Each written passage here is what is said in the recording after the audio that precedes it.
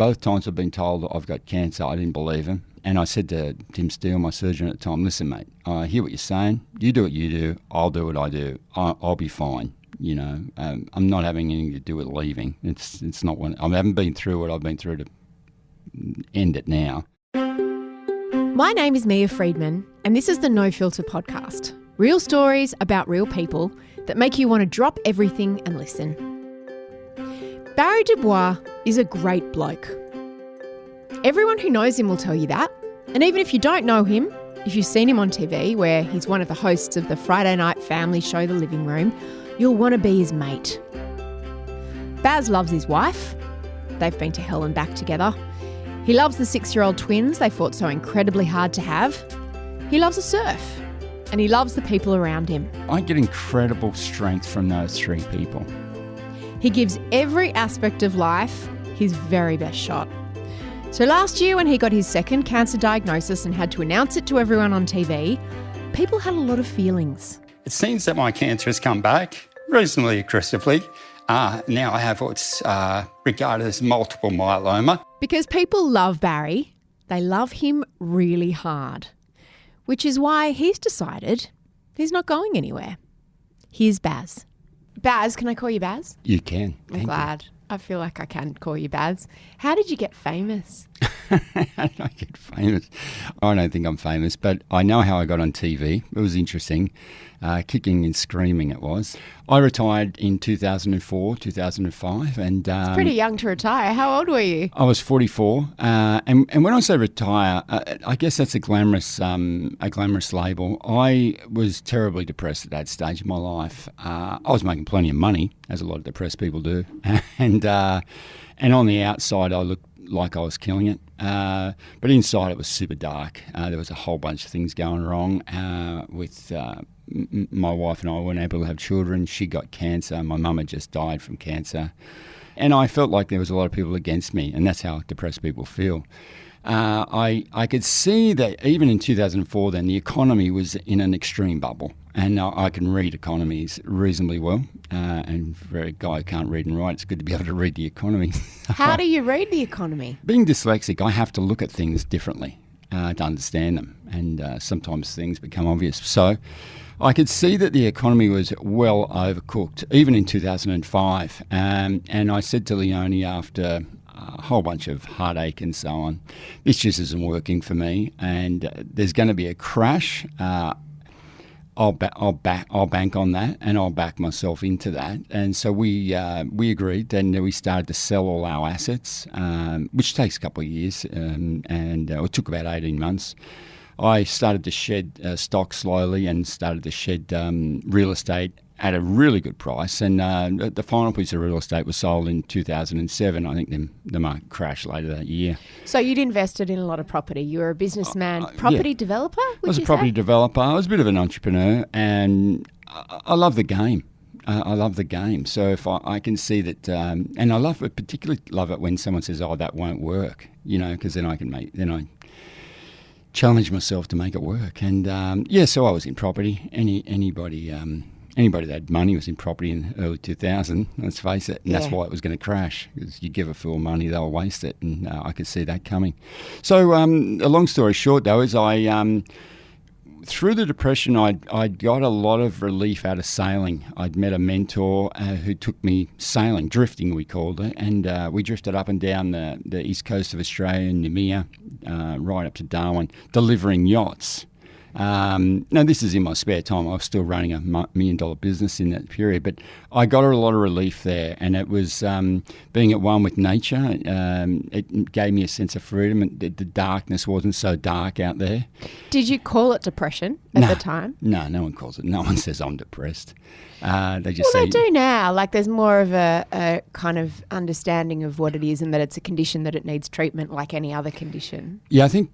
Yeah, everybody has their view on it. I think in hindsight, say I was depressed. At the time, I thought everybody else was wrong and everybody else was against me. And the world was just a really dark place. Yeah, and can't you see that this is really up? Yeah. I can see it. Can't you see it? What's wrong? What's wrong with you? That's what it's like. And then because of that, you don't have good nutrition, you don't exercise properly, so you lay awake at night thinking, why did my mum have to die at 63 when her older sisters and brothers are healthy and her father has only died 2 years ago at 102? How does that work? Why? Why me? Why did I lose my mum? Look at me, getting upset even talking about it. And then my beautiful wife, we lost the ability to have children through cancer. And you just sort of think, why is everybody against me? And effectively nothing was happening to me. It was happening to people I loved. And I was, as an alpha male, I guess, I took that on as my fault. And I think that's what happens to a lot of Australian men. We're frontier men. It wasn't so long ago we were being shipped out here for a new land.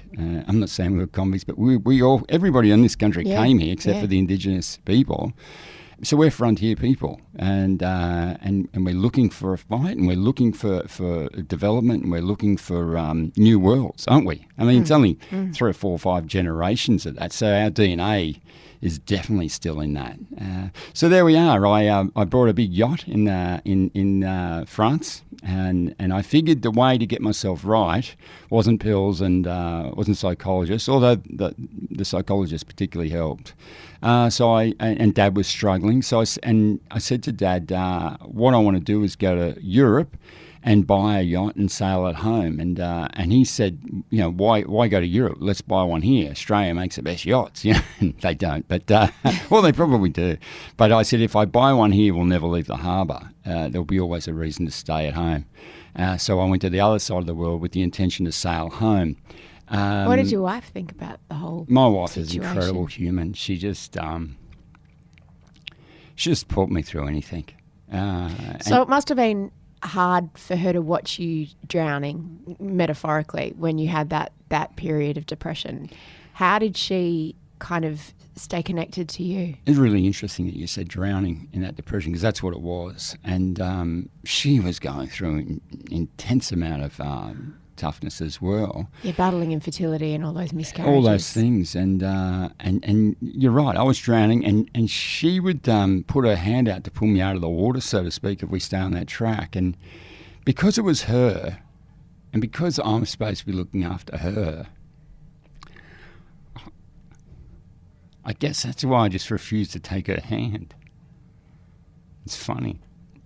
It's funny now thinking about it, but you're right. She reached out. She would have, in hindsight, she would have dived in and saved me and drowned herself, but I wouldn't let her. And not that she would have drowned and it would have saved me, but she realised that in the end and figured the best way for me to take someone's hand was to convince my brother and best mate for them to save me. And they tried as well, and I refused their hands as well. But then I think they dived in the water. If we're going to go down that analogy, let's keep going, which with is a that terrific analogy. one. Yeah, I think they dived in, and I said, "What are you doing?" And they said, "Well, we're all in trouble. If you're in trouble, we're all in trouble, effectively." And I said, "No, we'll beat this. Let's get out and get on with it."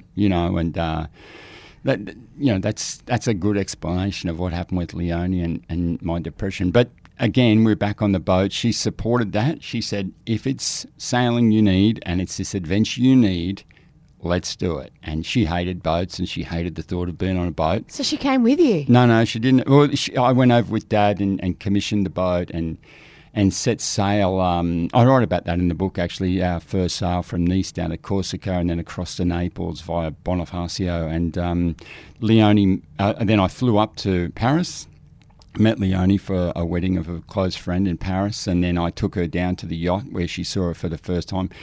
And we sailed from Naples into a little island called Ischia off the back of Capri, and she just fell in love with it as well. And she spent 3 months on the boat that year, and there was light there for us. There was warmth and there was affection, and it was a beautiful time.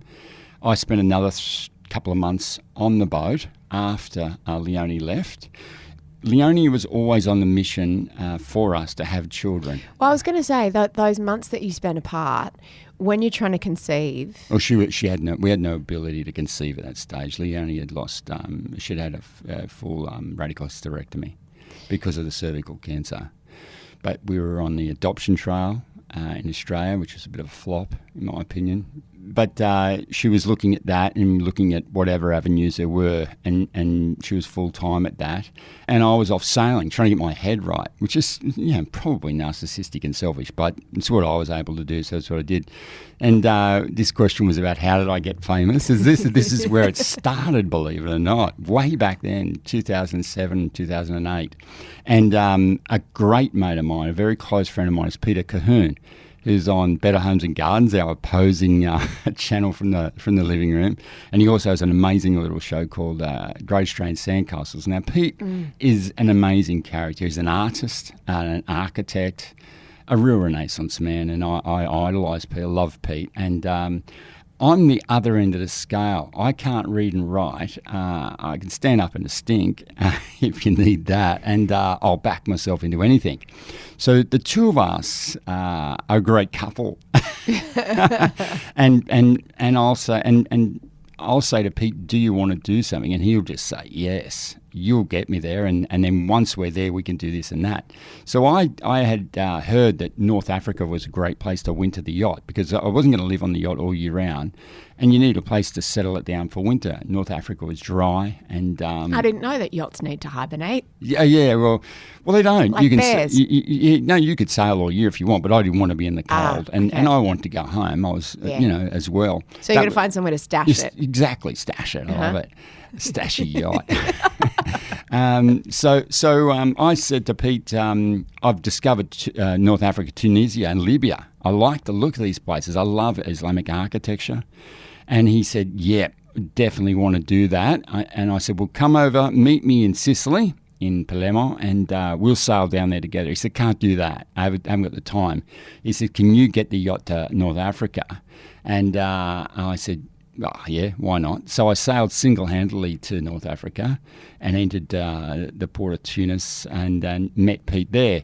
From there, he had never been on my yacht, but from there we did about 1,000-kilometre crossing of the Sahara, and we bumped into Bedouin tribesmen and saw incredible architecture, both architecture of troglodytes, underground people, as well as beautiful Islamic temples. And for two people that are passionate about design, this is incredible. So Pete, being a TV guy, said, hey, there's a TV show on this. We can spend a couple of months of the year on this yacht discovering amazing architecture together.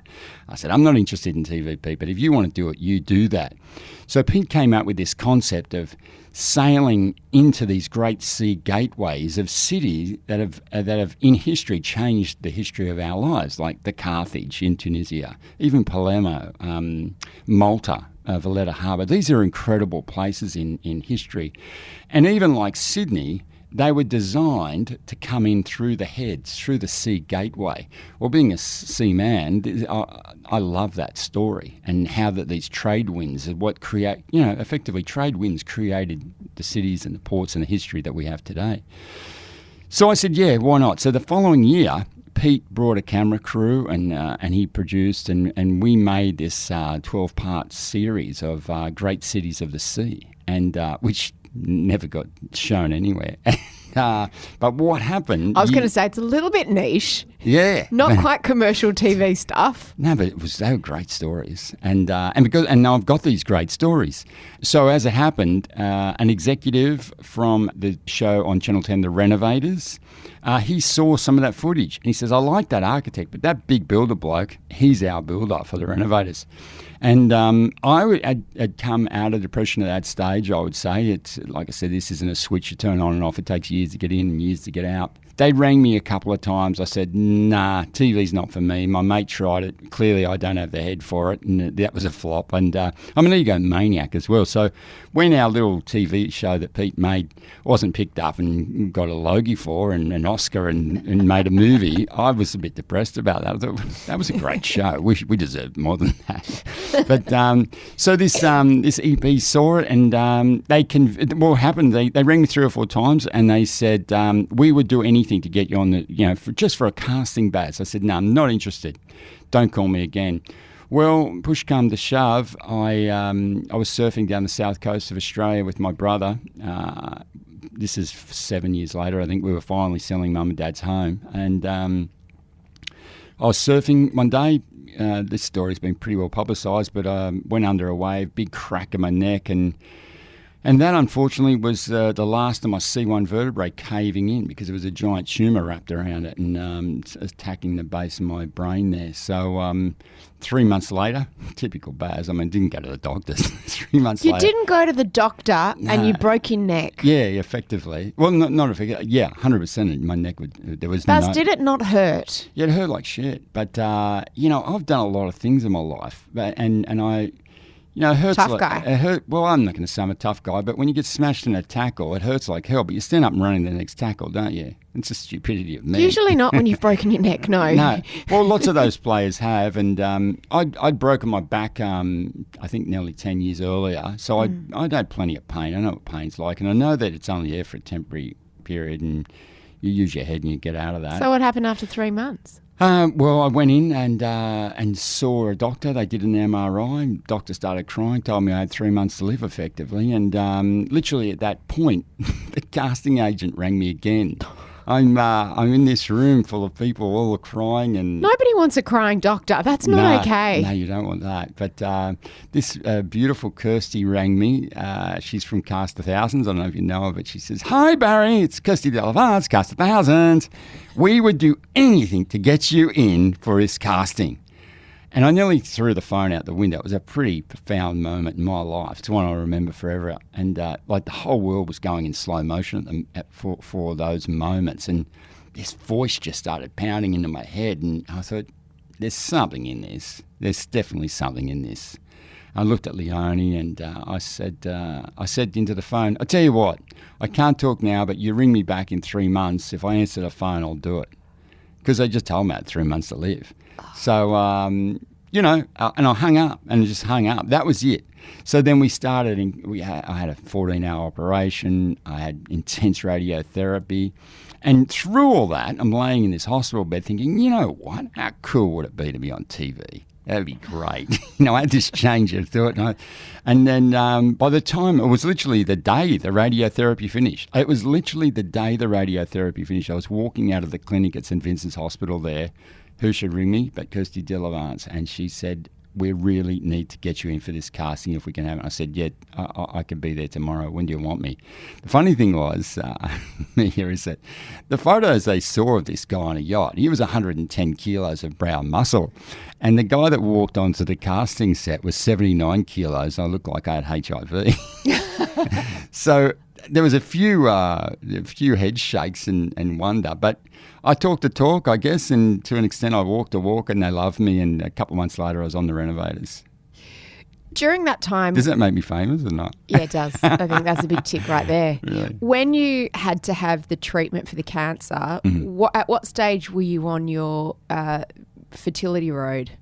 Because you had to freeze your sperm before that, didn't you? Well, it's interesting you say that, because what had happened was we had gone through adoption in Australia, adoption in China, adoption in other countries, and realised that surrogacy was the way for us.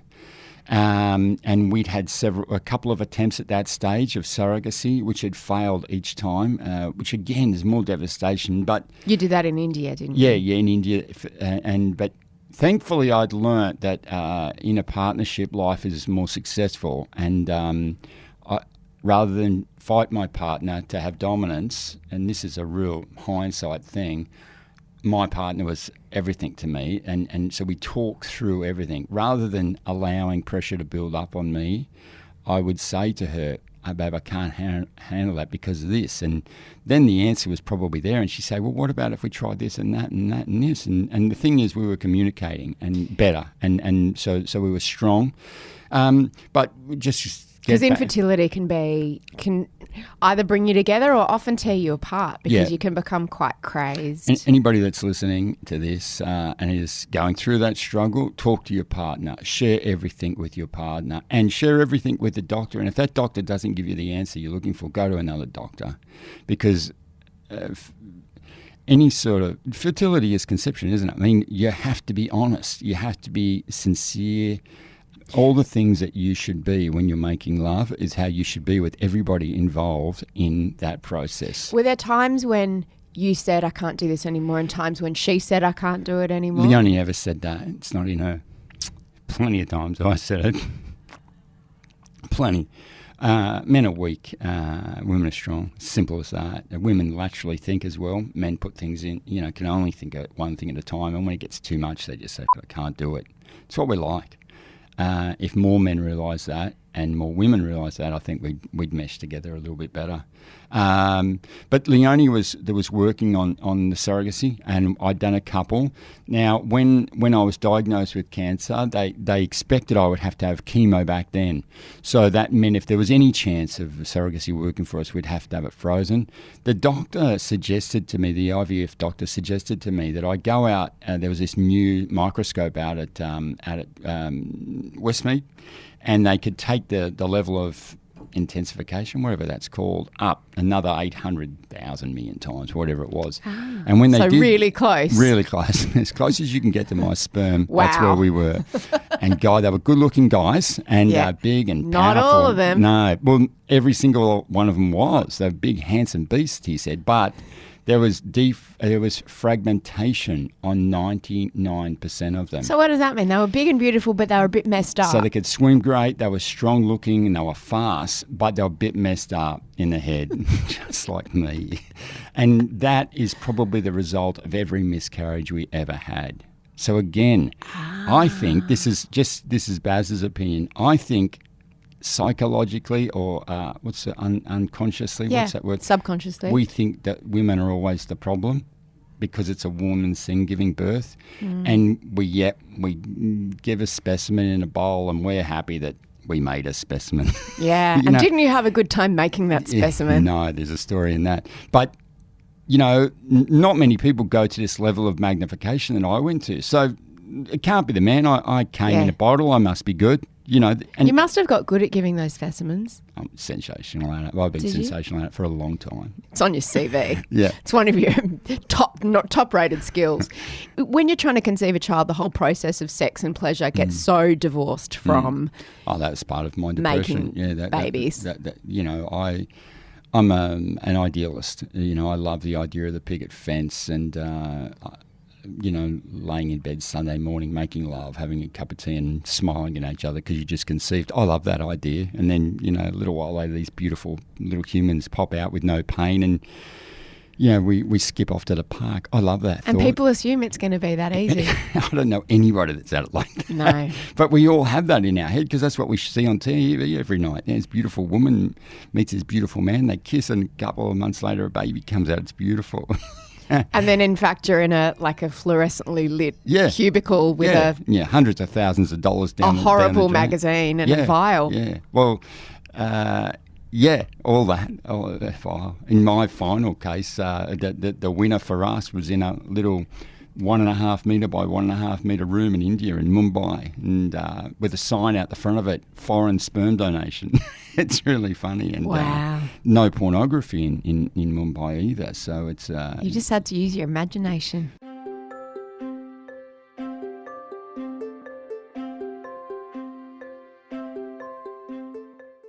Your wife had all of those miscarriages and then she was diagnosed with an aggressive form of cervical cancer. Yeah. So you were the partner of a cancer patient before you became a cancer patient. Yeah. What was that like for you? Yeah, it's interesting. Both times I've been told that I've got cancer, I didn't believe him.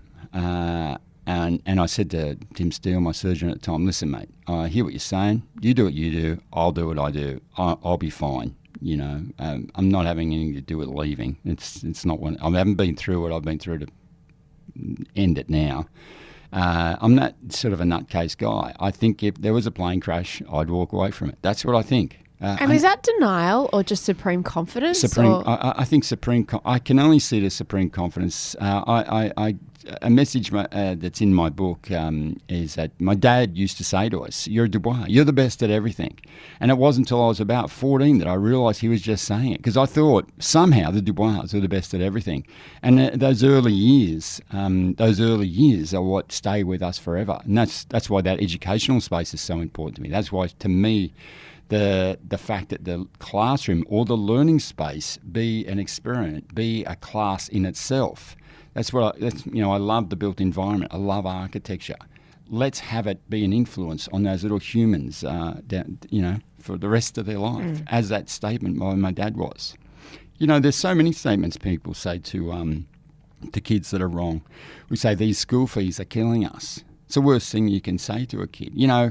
I'm getting the best school for you and I'm doing this for you. That's destroying a kid's sense of confidence. It's destroying a kid's sense of wonder and experiment and imagination. Oh, okay.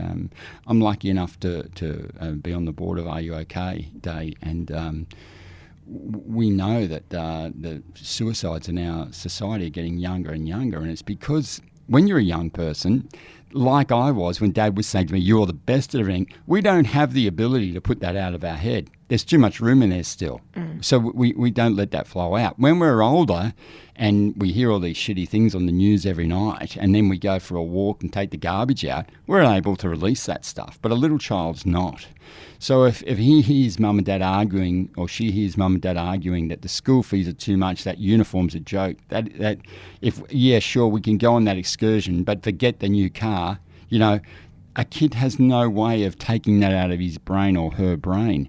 And these are the things that lead us to a point where you think that leaving this place is a better option. And a little child as well doesn't understand really what that means. They think that'll solve that problem and then I'll go on with life. But that's not how it is. How were you best able to support your wife when she was diagnosed with cancer? I don't think I did that as well as I could. I did everything I could. I mean, that's a funny question, Mia. I'll never be ever happy enough with what I've done. Two of my philosophies or sayings are this: that everything I've done, I can do 10% better. And I also only 10%. Well, then once I've done it, I'll do it 10% better again. Yeah. And the other thing I love to say is I've never made a mistake. There's just a shitload of things I'm not going to do again. And I'm going to remember that. Yeah. Well, if you take those two things, it's a positive outlook. But looking back, no, I mean, I'm sure. I didn't have the same faith in nutrition that Leonie has. I didn't have the same faith in mindful meditation that I do now, in psychology that I do now. I just figured you throw as much money as you can at a doctor and he'll fix it. If you're at that stage, it's too late, in my opinion. So that's what I did wrong. I didn't give my wife the balance of life she deserved. And that's what I said earlier. You've got to learn that this is about balancing. I call it in the book spinning plates. Tell me about the plates. You can only, what I say is when I was at my worst, I was trying to balance 6 plates and could not therefore give any of them full attention. We've all watched, the actor do that. They all fall eventually. And each time one falls, he's a little bit more crushed. You need to put everything that is important to you on one plate, and it needs to be proportions so that you can balance it. And this is my goal now. I need to have fitness. I need to be a fighting fit so that I don't need the science of medicine again. But I do need a little bit of the science of medicine to help me with all those fitnesses, with nutrition, with psychology, with physical fitness. I also need to give my beautiful family love. Because, particularly for the children, this is how mum and dad treat the children now is how they'll treat their partners and their children. And for me, that has to be with love and respect and warmth and understanding and sympathy. Tell me about the day they were born. Oh, incredible day. What a day. Just incredible. As it is for every single person, I sit here looking at you thinking, well, it was the best day anybody could ever have. And, my day was better than everybody else's. Well, you took a particularly long road that was pretty windy to get there. I didn't take it. It was just our journey. Yeah. Yeah, I didn't say, show me the longest, show me the longest journey. Let's do this the hard way. Yeah, no.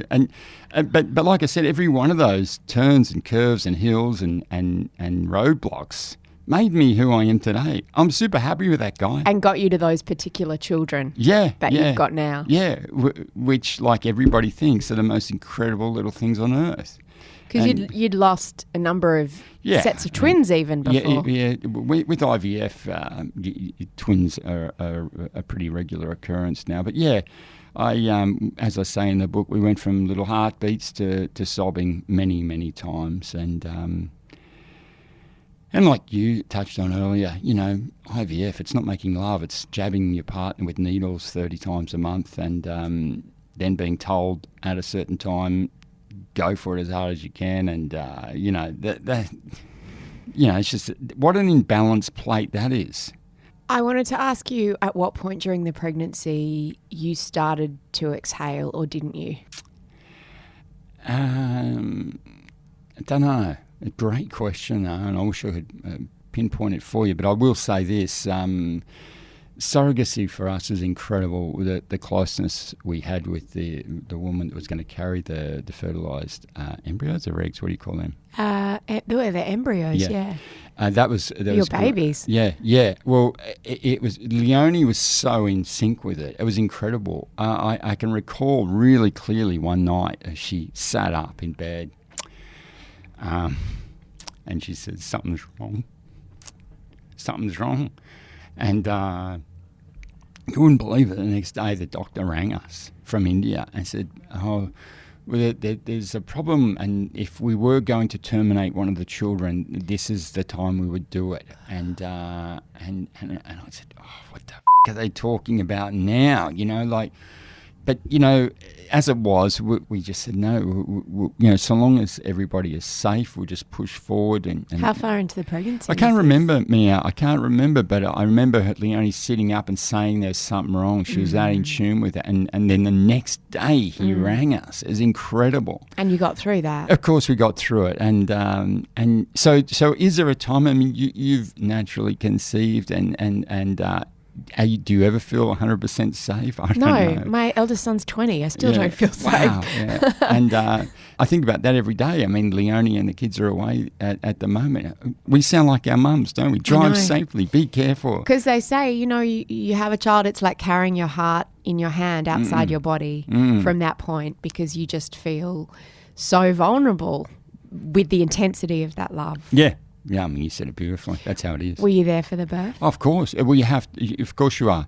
I wish surrogacy was better understood in this country. I can be easily frustrated by it. And I've on my plate that I spin, I don't put too much thought in of the uneducated opinions of some.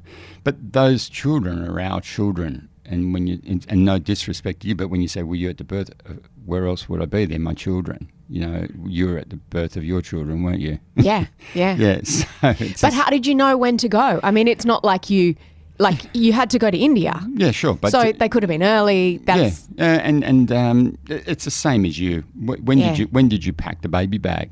And also, did she want you to be, of course. She wasn't your wife, so it can be a fairly intimate thing, giving birth. For this, with twins, it was a caesarean, and we knew that was going to be the case. Did you watch? No. The lady in our case was a Muslim lady, so that would have been disrespectful. We were on the other side of the wall, and the babies came out and straight into our arms. Like I said, she carried the babies. That woman had 3 children of her own with her husband. You understand how it works.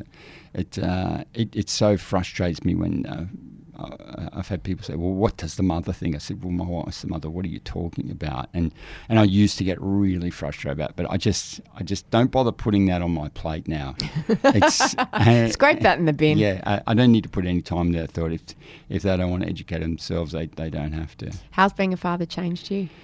Every day is a little bit better than yesterday. It's just incredible. I'm a real simple guy. I think that's why we're here, to procreate and leave a legacy. Yeah. And like you said, like I said earlier, the legacy so far is love, sense of belonging, warmth, nutrition, security, Maslow's hierarchy of needs. I mean, that's what it is. And I think this book of mine is reminding me what to teach the kids as well. Self-belief, confidence, stand up for yourself, but don't be a fool. All those things. Being a father is a gift. So it's a bitch that the cancer came back. You know, it's life. None of us are getting out of here alive. None of us. Well, that's true. Yeah, and you know, it's funny. You know, it's a bitch that you're going to die. Yeah. Yeah. Okay. Let's not put too much of that on our plate either. Let's put more on our plate about, okay, it's not a bitch that I get as healthy as I can. How do you keep your plate balanced after that second diagnosis? I think in the society that we live in, that's the most difficult. You know, straight after the second diagnosis, it's real easy to keep it balanced because you're shooting yourself. I always say I'm not, but you are, okay? God help me, I'm not leaving these kids. I'll do whatever it takes, you know. I'm going to tell you a story. Just when I was just getting out of hospital, only a couple of months ago now, it was horrific. I'm not going to beat around the bush. The double lethal dose of chemotherapy, 400 milligrams of the stuff straight into your heart. It can, you know, drugs aren't curers, they're killers. Okay, so this kills everything. It's a real balancing act. What they want to do for you is take you as close to death's door as they can get you, then pump the stem cells in, and hopefully when you come back, the none of the mutated cells are left. Okay. Now, so you had a stem cell transplant? Yeah. If they didn't, bone marrow transplant, is it the same thing? Stem cells of bone marrow. There's about 75 billion cells in our body. And now they all broken up into all different things, from blood to skin to brain, you know, to tissue, all these sorts of things. In my case, it's the cells that make white blood cells and marrow cells that have mutated. Now, you understand that cancer is not a foreign thing that comes into your body and that.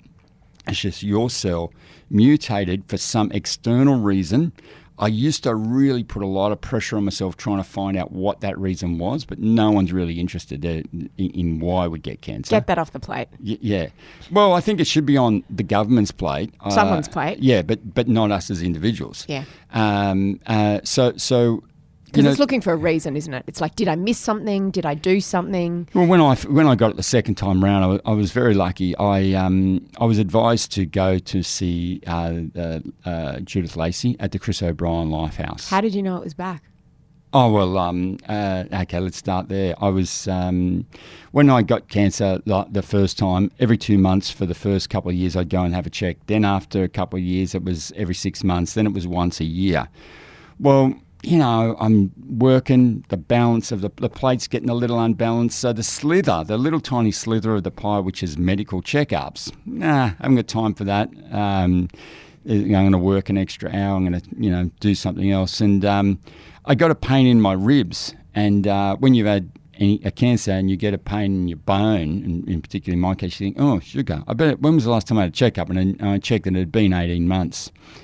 So I said, no, I better go and have a blood test and go and see Dr. Milliken. And I did. And it's funny, me being me, as soon as I saw him and shook his hand, and he says, I don't think it'll be anything. In fact, the urine that I took in there didn't show anything, which was remarkable in hindsight.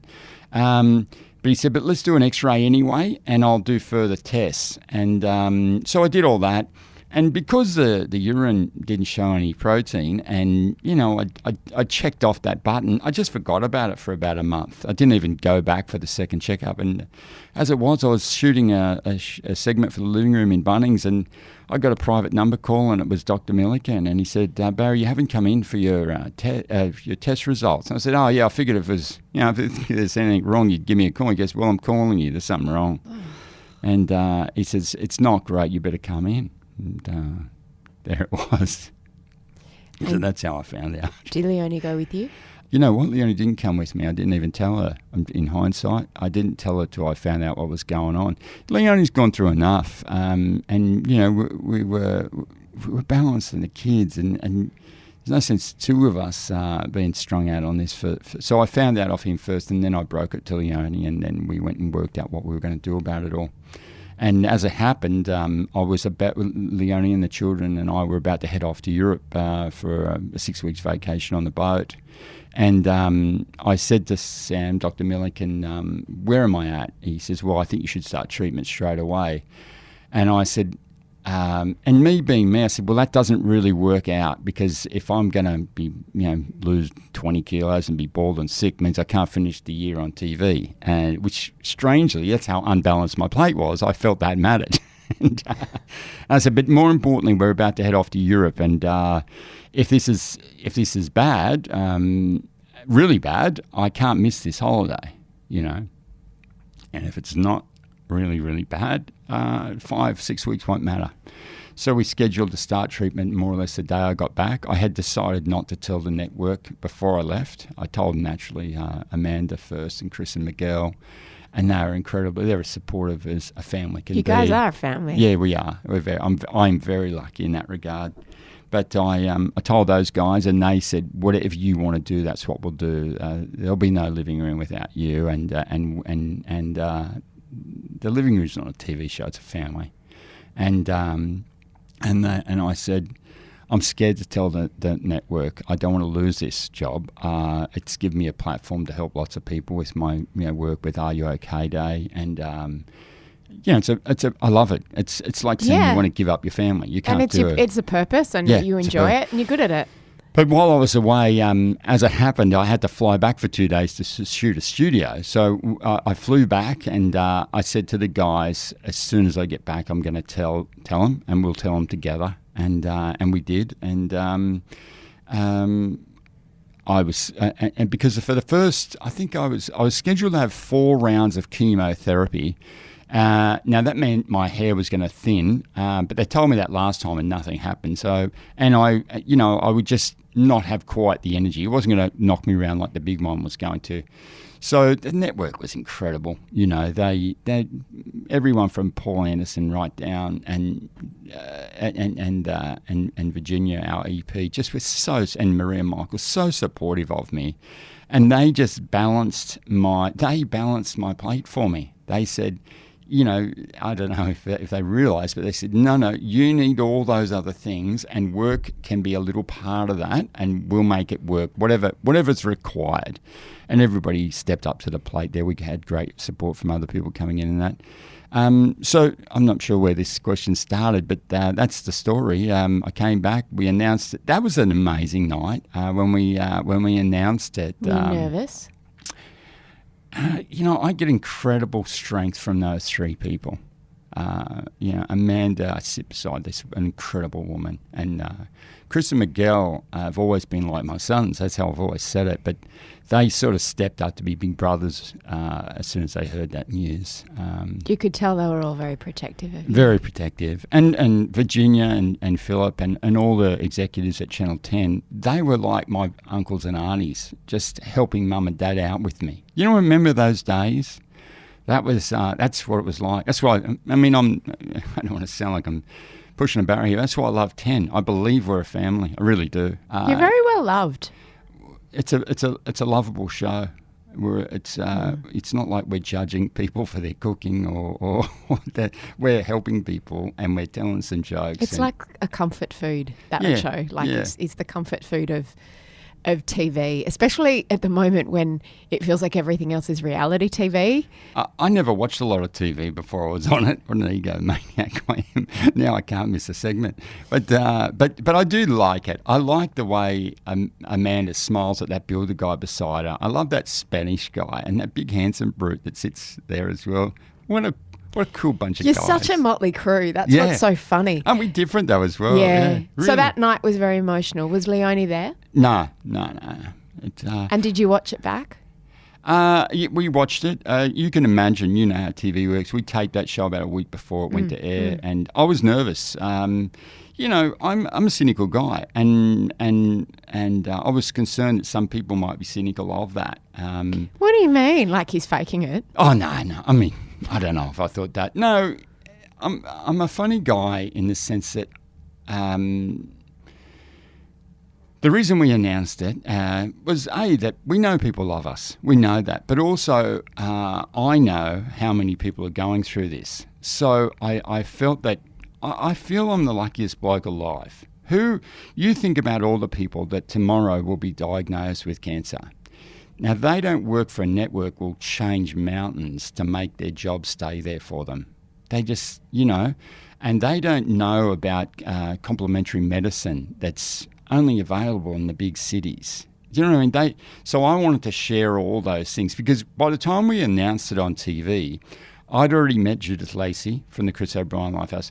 I had already ramped up my meditation level to a whole new being. My nutrition, thanks to Leonie and the nutritionist at the Chris O'Brien Lifehouse, and Miguel, of course, my nutrition was incredible. You know, it was like scientifically balanced out, that I would only have the best of the best. Well, you ask so many people what that is and they don't know. So I wanted to, the first thing I said to Miguel was, mate, I hate broccoli. But Leonie has read how broccoli is so beneficial to the treatment that's coming up for me, and she's been making me this pesto with broccoli and linseed oil, and then putting it on toast, and then making this broccoli and something else soup. So I'm using the broccoli soldiers to dip into the soup. And I said, it's amazing. I said, I want you to do that recipe on the show and show people with cancer that this is if they hate broccoli, this is a great way to have it. So then it just evolved, and I said, and you know, we can share all this stuff. We've got this beautiful show that people love and respect and believe in, and we can share some of these ideas. And I put that to Virginia and Philip and the executives at 10. They said, of course, we'll do that. And so you know, it was all. So it becomes something that people aren't scared of, because you must have had that experience both supporting Leonie and your mum, and then with your own cancer, of how it can become your identity and people can change the way they are around you. They can. Can you explain that for me? So people are like, oh, Baz has got cancer.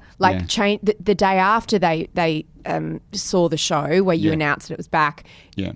Treating you differently to the day before. Oh, 100%. I say that in the book as well. And I'm glad you brought that up, because this is something I really want to get across. I'm a guy who sums things up really quickly. As soon as I look at you, we all do, I guess. We start to judge. They call it like thin slicing. Malcolm Gladwell calls it thin slicing, where you take a really thin slice of something and you make a whole lot of summations based on that. Well, when you're in the public eye like we are, and people learn that you're facing adversity, so many of them will say, you're the best bloke, you're the strongest man I've ever met, you'll smash this, you'll do that. And with that, your chest comes out, your shoulders go back, and you breathe in a nice big breath of air and you go, you're right, I will. My word, I will. But there's other people that look at you and turn away and then look back and say, oh, Baz, I'm just so sorry.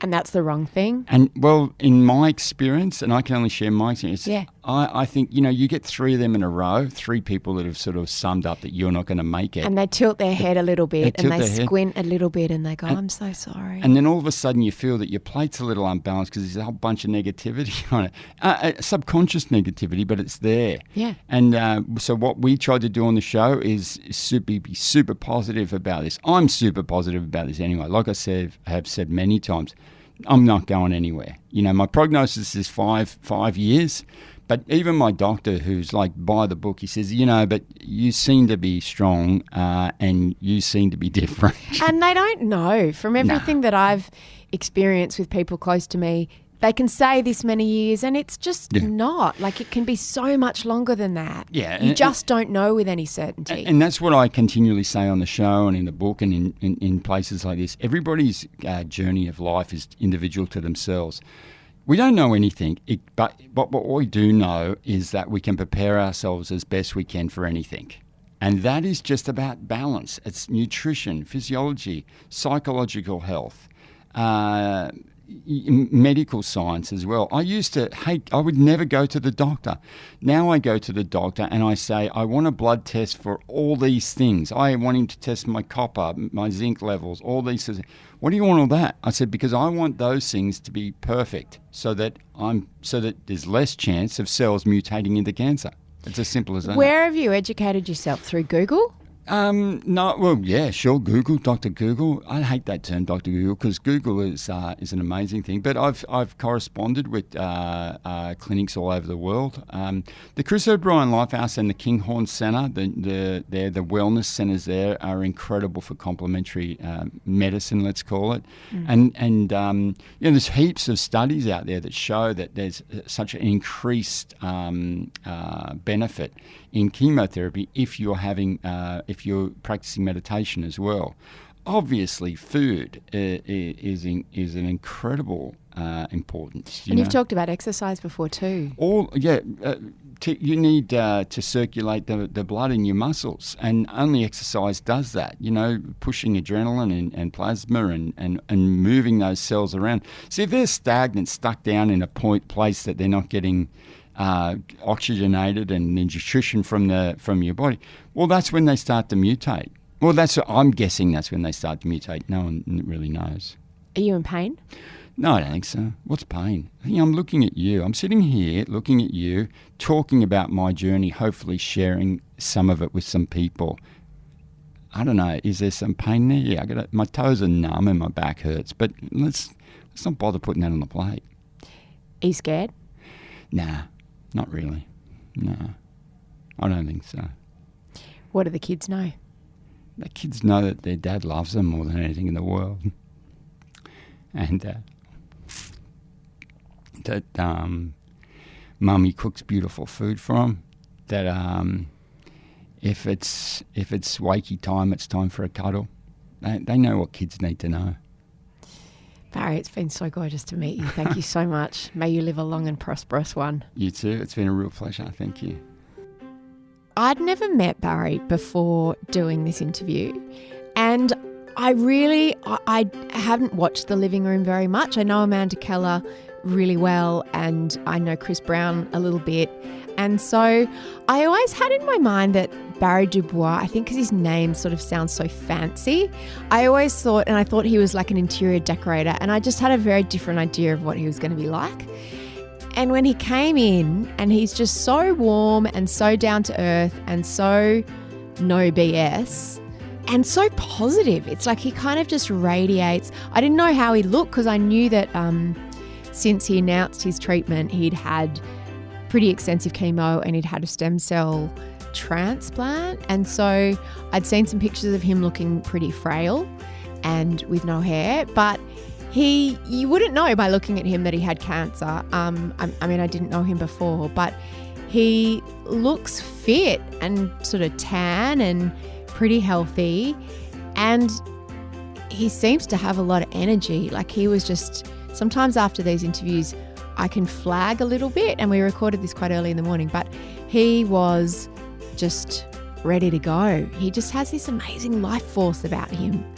So I highly recommend that you buy his book. It's called Life Force. You can find it at any good bookstore or at apple.co/Mamamia. And we're lucky enough here at No Filter, and I say we, not the royal we, me and my producer, Eliza Ratliff, are lucky enough to interview and meet some amazing people, and often they've written books. So we group all the books from all the people that we've interviewed on No Filter, and you can buy them all at apple.co/Mamamia. If you want to do something to help families like Barry's, or if you just want to find out more information, you can visit the Cancer Council at cancercouncil.org. I'm Mia Friedman. There are loads more shows in our back catalogue. Dive deep, and if you can do me one favour, it's to tell somebody about this podcast. I'll see you at home on the homepage at mamamia.com.au.